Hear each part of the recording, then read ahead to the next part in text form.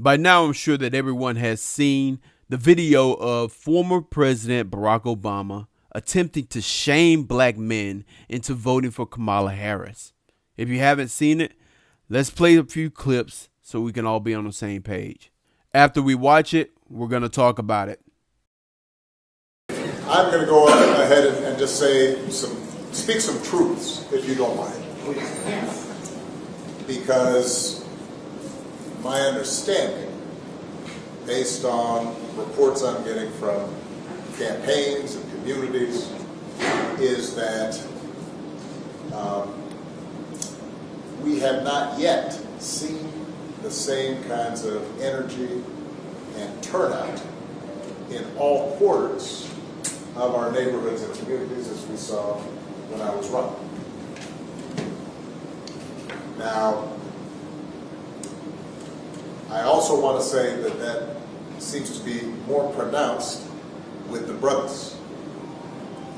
So if you don't mind, just for a second, I'm going to speak to y'all directly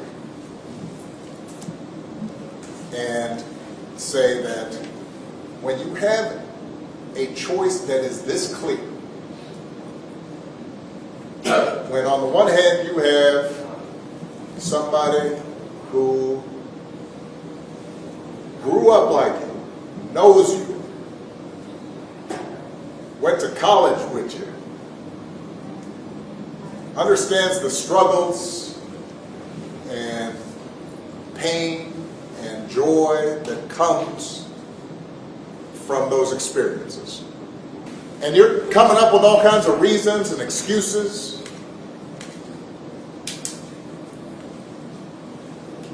I've got a problem with that because part of it makes me think, and I'm speaking to men directly now, part of it makes me think that, well, you just aren't feeling the idea of having a woman as president.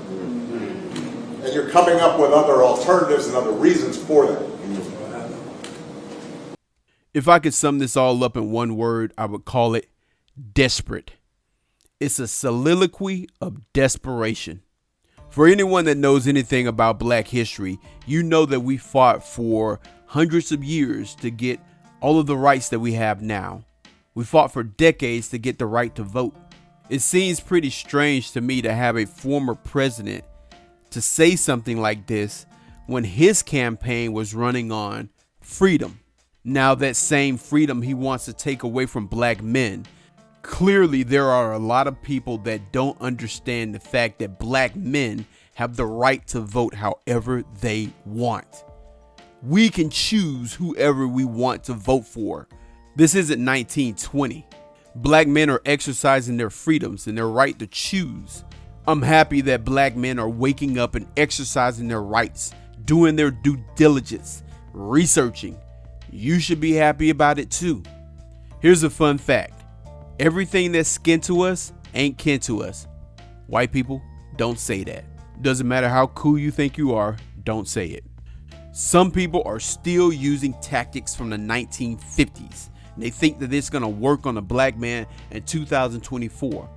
Newsflash, it doesn't work. We're not picking pigment over policy because it doesn't work for us. It hasn't worked for years. So here's a note to you, Mr. President.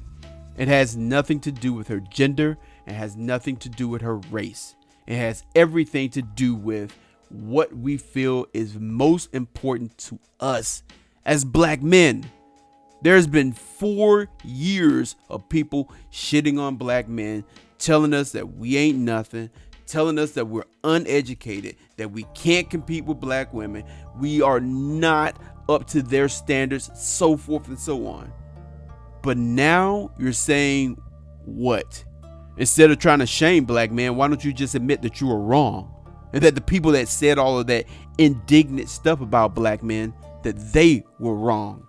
As far as black men not wanting to vote for Kamala Harris because she's a woman, here's a counter question. Why didn't she pick a black woman as her running mate? Why isn't Condoleezza Rice on the Democratic campaign trail? Taraji P. Henson, Felicia Rashad, those intelligent, classy black women that black men respect. You're talking about black men not liking black women, but Where is Michelle Obama? 3 years ago this time, people were saying that gender was a social construct, but now you're saying that gender is important? It's kind of funny how the same platform that once said that a man can be a woman is now saying that men are afraid of women. Talk about gender as a social construct. What it means to be a man and what it means to be a woman involves more than just biological sex. Make that shit make sense. In closing, I want to give a little advice to these politicians that are seeking the black vote. Instead of trying to shame black men, why don't you try talking to us, asking us what needs we have in the black community? Stop pretending like you're entitled to black votes.